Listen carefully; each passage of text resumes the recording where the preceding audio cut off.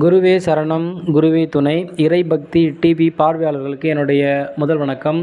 தொடர்ந்து இந்த அடிப்படை பாடம் அப்படிங்கிறது ஜோதிடம். எனக்கு தெரிஞ்ச சில விஷயங்களை பார்வையாளர்களுக்கு எளிமையாக கொடுக்குற மாதிரி வடிவமைக்கப்பட்டிருக்குது.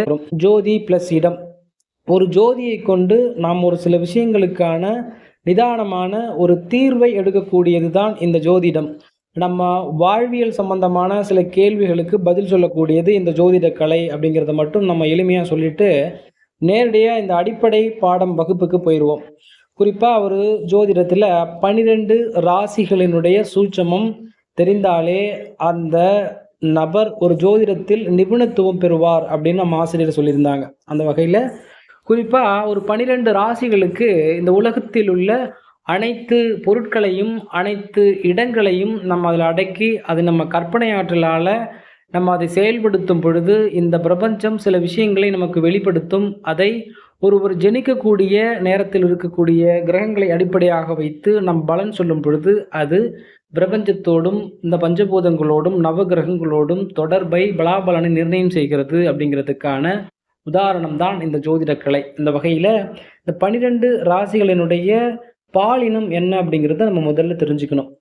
மேஷராசி முதல் மீனராசி வரை இந்த 12 ராசிகளும் ஒன்று ஆணாகவும் ஒன்று பெண்ணாகவும் ஒன்று ஆணாகவும் ஒன்று பெண்ணாகவும் மாறி மாறி இருக்கும். எப்படி அப்படின்னா, மேஷராசி ஆண் ராசி, ரிஷபராசி பெண் ராசி, மிதுன ராசி ஆண் ராசி, கடகராசி பெண் ராசி, சிம்ம ராசி ஆண் ராசி, கன்னி ராசி பெண் ராசி, துலாம் ராசி ஆண் ராசி, விருச்சிக ராசி பெண் ராசி, தனுசு ராசி ஆண் ராசி, மகர ராசி பெண் ராசி, கும்ப ராசி ஆண் ராசி, மீன ராசி பெண் ராசி. இப்போ இந்த 12 ராசிகள் இருக்கு இல்லையா, இதில் ஒரு ராசியும் ஆண் தன்மை பெண் தன்மை என்ற பாலினத்தை சூட்சமமாக வச்சிருக்குது.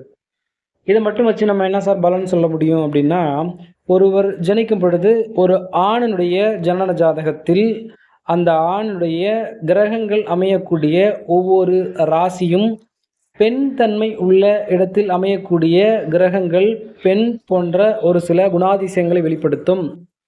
ஆண் தன்மை உள்ள இடங்களில் அமரக்கூடிய கிரகங்கள் ஆண் தன்மையை வெளிப்படுத்தும் அப்படிங்கிறது நம்ம முதல்ல அடிப்படையாக தெரிஞ்சுக்கணும். எப்படி சார் நம்ம கண்டுபிடிக்கிறது அப்படின்னா, ஒரு ஆணுடைய ஜாதகம், அந்த ஜாதகத்தில் லக்னம் மேஷராசியில் விழுந்தால் அந்த ஆண் வீரியமாக தைரியமாக ஒரு போல்டாக இருப்பார். அதே ஆணுடைய ஜாதகத்தில் லக்னம் ரிஷபராசியில் விழும் பொழுது அந்த ஆண் மென்மையான உடலாகவும் அல்லது கலங்கக்கூடிய மனதை உடையவராகவும் ஒரு பெண்ணை போன்று இணக்கமாக பேசக்கூடிய அன்பாக பழகக்கூடிய நபராகவும் இரக்க மனப்பான்மை உடையவராகவும் எளிதில் கலங்கக்கூடியவராகவும் இருப்பார் அப்படிங்கிறது இதில் உள்ள சூட்சமம். லக்னம் என்பது ஒரு உதாரணம். அதே ஒரு ஜனன ஜாதகத்தில் ஒரு ஆணுடைய ஜாதகத்திலோ அல்லது பெண்ணுடைய ஜாதகத்திலோ சூரியன் அமைந்த ராசி, இப்போ உதாரணத்துக்கு இந்த கட்டத்தில் ஆண் ராசி சிம்ம ராசின்னு போட்டிருக்கோமா, சிம்மத்திலே ஒருத்தவங்களுக்கு சூரியன் அமர்ந்தால் அந்த ஜாதகருடைய அப்பா பார்த்தீங்கன்னா அந்த ஆண் தன்மையில் இயங்குவார். ஒரு கம்பீரமானவராகவும் நல்ல நடை உடை பாவனைகள் ஒரு மிடுக்கிடும்படியாகவும் தைரியம் நிறைந்தவராகவும் இருப்பார். அதுபோல ஜாதகரனுடைய தந்தை ஒரு பெண் ராசியில், இப்போ உதாரணமாக கன்னிராசியில் சூரியன் அமைய பெற்றிருந்தாலோ அல்லது அந்த ஜாதகருடைய லக்னத்திற்கு 9ஆம் பாவகம் ஒரு பெண் தன்மை இருக்கும்படியான பாவகமாகவோ இருக்கும் பொழுது ஜாதகரனுடைய தந்தை அந்த பெண் தன்மை அப்படிங்கிறது இயங்கும். அதாவது கொஞ்சம் மென்மையாக பேசுறது, பழகிறது, ஒரு பெண்ணை போன்ற சில விஷயங்கள் புரிதலாக இருக்கிறது, எளிமையாக கலங்கிறது, சில விஷயங்களை ஏற்றுக்கொள்ளும்படியான மனப்பான்மை இல்லாமல் இருக்கிறது, எளிதில் ஒருவர் சொல்லக்கூடிய விஷயங்களை நம்பி ஏமாறக்கூடியது போன்ற அந்த பெண் தன்மையுடையது அழகானவராகவும் இருப்பார்கள். இதை மட்டும்தான் நம்ம சொல்ல முடியுமா அப்படின்னா, இன்னும் நிறைய பலன் சொல்ல முடியும். அந்த வகையில் ஒரு குழந்தையுடைய ஜாதகம் கொண்டு கொடுத்து இந்த குழந்தைக்கு அடுத்த குழந்தை ஆண் குழந்தையாக இருக்குமா பெண் குழந்தையாக இருக்குமா அப்படின்னு கேட்கும் பொழுதும் நம்ம அந்த குழந்தையினுடைய ஜாதகத்தில் சகோதரக்காரகமான 3ஆம் இடம் பெண் தன்மை உள்ள ராசியில் பெண் கிரகம் இருக்கிறதா அல்லது ஆண் கிரகம் இருக்கிறதா, பெண் தன்மை உள்ள ராசியின் அதிபதி ஆண் ராசியில் அமர்ந்திருக்கிறாரா பெண் ராசியில் அமர்ந்திருக்கிறாரா அப்படிங்கிறத பார்த்து அடுத்த குழந்தை ஆண் குழந்தையாக இருக்கும் பெண் குழந்தையாக இருக்கும் அப்படின்னு நம்ம அதை ஆய்வு பண்ணி சொல்ல முடியும்.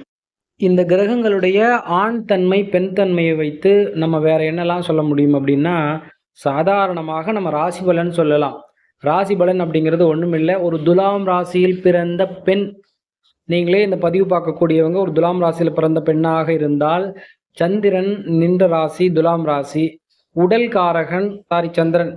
உடல் காரகன் சந்திரனாகி ஒரு ஆண் தன்மையுள்ள ராசியில சந்திரன் நிற்கும் பொழுது, அவங்க உடல் அமைப்பும் வந்து ஒரு ஆண் போன்ற உடல் அமைப்பும், அவங்க மனதைரியமும் ஒரு ஆண் போன்ற மனதைரியமும், ஆண் போன்ற ஒரு மனம் வேகமும் அவங்களுக்கு அமையப்பெற்றிருக்கும்.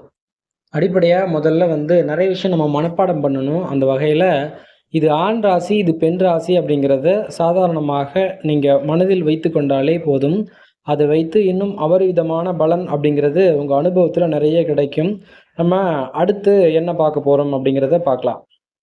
அடுத்து பஞ்சபூத தத்துவங்களை இந்த 12 ராசிகளில் எப்படி அடைக்கணும், அதை எப்படி பயன்படுத்தணும் அப்படின்னா, 12 ராசிகளில் மேஷராசி நெருப்பு தத்துவமும், ரிஷபராசி நில தத்துவமும், மிதுன ராசி காற்று தத்துவமும், கடகராசி நீர் தத்துவமும், சிம்மராசி நெருப்பு தத்துவமும், கன்னிராசி நில தத்துவமும், துலாம் ராசி காற்று தத்துவமும், விருச்சக ராசி நீர் தத்துவமும், தனுசு ராசி நெருப்பு தத்துவமும், மகர ராசி நில தத்துவமும், கும்பராசி காற்று தத்துவமும், மீன ராசி நீர் தத்துவமும் இயங்குது. இதில் ஆகாய தத்துவம் அப்படிங்கிறது வராது. அது ஏன்னா வெற்றிடம் அப்படிங்கிறதுனால ஆகாய தத்துவம் வந்து சூட்சகமாக கிரகங்களில் அடைக்கப்பட்டிருக்கும் அப்படிங்கிறது இதில் வந்து ஒரு சூட்சமம்.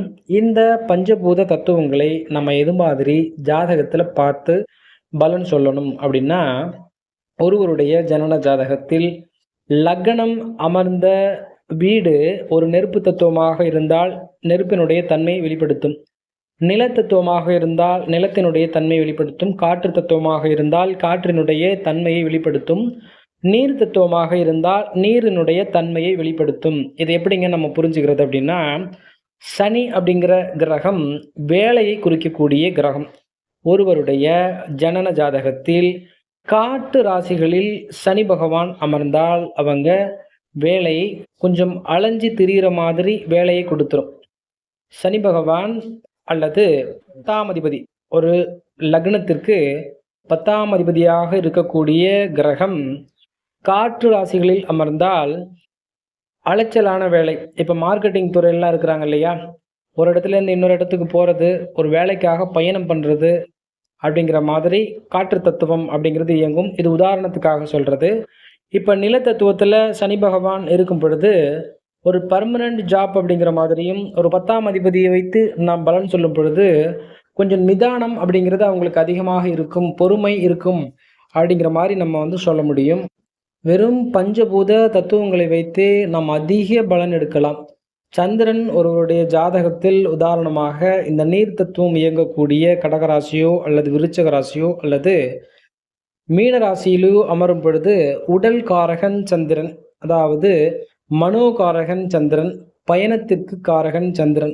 இந்த நீர் ராசிகளில் சந்திரன் அமரும் பொழுது பயணக்காரகன் சந்திரன் வந்து நீர் ராசியில் அமர்ந்தால் கடல் தாண்டி பயணம் பண்ணக்கூடிய யோகம் அப்படிங்கிறது, ஒரு விமான பயணம் பண்ணக்கூடிய யோகம் அப்படிங்கிறது அந்த ஜாதகருக்கு அமையும் அப்படின்னு நம்ம எளிமைப்படுத்துறதுக்காக நம்ம பஞ்சபூத தத்துவங்களை பயன்படுத்தலாம். அனுபவத்தில் இன்னும் நிறைய விஷயங்கள் இந்த பஞ்சபூத தத்துவத்தில் நீங்களே தெரிந்து கொள்ளும்படியாக இருக்கும் அப்படின்னு சொல்லிட்டு, இந்த 12 ராசிகளினுடைய திசைகளை நாம் தெரிந்து கொண்டு அதன் மூலமாக சில பலன்களை எடுத்து சொல்ல முடியும். என்ன அப்படின்னாக்க, மேஷராசி கிழக்கு திசையையும், ரிஷபராசி தெற்கு திசையையும், மிதுன ராசி மேற்கு திசையையும், கடகராசி வடக்கு திசையையும், மறுபடி சிம்மராசி கிழக்கையும், கன்னிராசி தெற்கையும், துலாம் ராசி மேற்கையும், விருச்சக ராசி வடக்கையும், தனுசு ராசி கிழக்கையும், மகர ராசி தெற்கையும், கும்பராசி மேற்கையும், மீனராசி வடக்கு என்ற திசையையும் குறிக்கும்.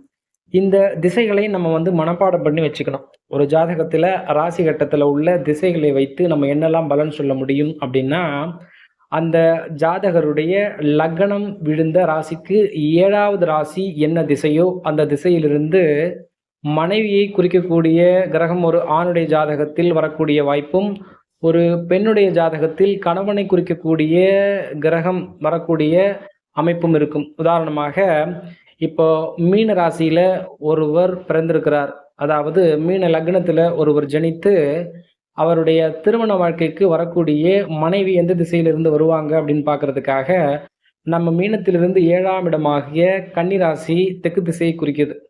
அந்த கன்னி ராசியினுடைய தெற்கு திசையிலிருந்து மனைவி வரக்கூடிய யோகம் அப்படிங்கிறது பெரும்பாலும் அமையும். அவ்வாறு வரும்பொழுது அந்த மனைவி யோகமானவளாக இருப்பாள் அப்படிங்கிறது ஜோதிட சாஸ்திரம். இதுபோல சில திசைகளுக்கு சனி அமர்ந்த வீட்டை வைத்து வேலைக்கும், பூர்வீகம் அப்படிங்கிறது எப்படி இருக்கும் அப்படிங்கிறது 4ஆம் அதிபதி அமர்ந்த திசையை வைத்து பூர்வீகம் சம்பந்தப்பட்ட திசையையும், 9ஆம் இடம் அமைந்த அமைப்பை வைத்து நம்ம வந்து குலதெய்வம் சம்பந்தப்பட்ட திசைகளையும் நம்ம வந்து எளிமைப்படுத்தி சொல்ல முடியும். 12 ராசிகளில் தமிழ் மாதங்களை பிரித்து அதன் மூலமாக நம்ம நிறைய பலன் சொல்ல முடியும்.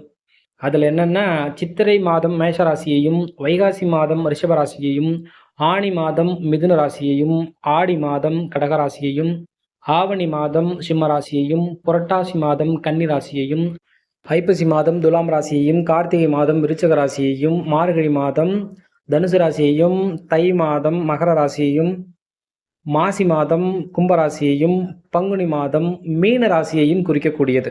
இந்த 12 ராசியிலையும் ஒவ்வொரு தமிழ் மாதங்களை அடைத்து வச்சிருக்கிறாங்க. இதுக்கு என்ன பலன்? இதை எப்படி நம்ம பயன்படுத்துறது அப்படின்னா, ஒரு தமிழ் மாதம் ஆரம்பித்து 30 நாள் முடியும் வரைக்கும் சூரியன் வந்து அந்த ராசியில் பயணம் பண்ணுவார். உதாரணமாக இப்போ வந்து வைகாசி மாதம் நடக்குது. வைகாசி மாதத்தில் 30 டிகிரி வந்து பார்த்திங்கனாக்க ஒரு ராசியினுடைய அளவு. 30 நாட்கள் வைகாசி மாதம், அதாவது ரிஷபராசியில் சூரியன் பயணம் செய்வார். அடுத்த 30 நாட்கள் ஆனி மாதம் ஆரம்பிக்கும் பொழுது மிதுன ராசியில் சூரிய பகவான் பயணம் செய்வார். சூரியன் அப்படிங்கிறது ஒளி கொடுக்கக்கூடிய கிரகம். எப்பொழுதும் வந்து ஒருவருடைய ஜாதகத்தில் லக்னத்திற்கு எத்தனாவது அதிபதிக்கு ஒளி கிடைக்குது, எத்தனாவது இடத்திற்கு ஒளி கிடைக்குதோ அதுக்கு தகுந்தாற்போல் சில கால நிர்ணயம் பண்ண முடியும். அப்படிங்கிறதுனால இதன் சூட்சமம் அமைய பெற்றிருக்கிறது. இப்போ ஒவ்வொரு ராசிக்கான மாதங்களை மனதில் வைத்து கொள்ளுங்கள். ஒவ்வொரு ராசிக்கான பாலினம் ஆணா பெண்ணா அப்படிங்கிறத மனசில் வச்சுக்கோங்க. ஒவ்வொரு ராசிக்கான பஞ்சபூத தத்துவம் அப்படிங்கிறத நீங்கள் மனசில் வச்சுக்கோங்க. ஒவ்வொரு ராசிக்கான திசைகள் அப்படிங்கிறத மனதில் வச்சுக்கோங்க. நம்ம ஒவ்வொரு ராசிக்கான அடுத்த சில குறியீடுகள் இருக்குது. அந்த குறியீடுகளை வைத்து நிறைய விஷயம் நம்ம ப்ராக்டிக்கலாக, அதாவது அனுபவ அறிவை கொண்டு நம்ம வந்து மனசில் வச்சுக்க முடியும். பெருசாக மனப்பாடம் பண்ண வேண்டிய அவசியம் இருக்காது. அடுத்தடுத்த பதிவில் இந்த அடிப்படை ஜோதிடம் பற்றிய இன்னும் ஒரு அடுத்த கட்டம் நம்ம சில 2வது பாடம் 3வது பாடம் அப்படிங்கிற மாதிரி பார்த்துட்டு இதனுடைய தொடர்ச்சியாக உதாரண ஜாதகம் போட்டு அந்த ஜாதகத்திற்கு என்ன மாதிரி பலன் எடுக்க முடியும் அப்படிங்கிறத பற்றியும் நம்ம வந்து முழுசாக பதிவு பண்ண போகிறோம். தொடர்ந்து இந்த பதிவுகளை பாருங்கள். இது சம்பந்தமான கேள்விகள் கட்டாயம் உங்களுக்கு பதில் சொல்லப்படும். நீங்கள் கமெண்ட் பண்ணுங்கள். நன்றி. வாழ்க வளமுடன். நம்ம அடிப்படை ஜோதிடம் 2வது பாகம் பதிவில் சந்திப்போம். முழுமையாக எல்லாருக்கும் புரிகிற மாதிரி ஜோதிடம் நீங்கள் கற்றுக்கணும்னு ஆசைப்பட்டீங்கன்னாக்கா இந்த சேனல் வந்து சப்போர்ட் பண்ணுங்கள். நன்றி. வாழ்க வளமுடன்.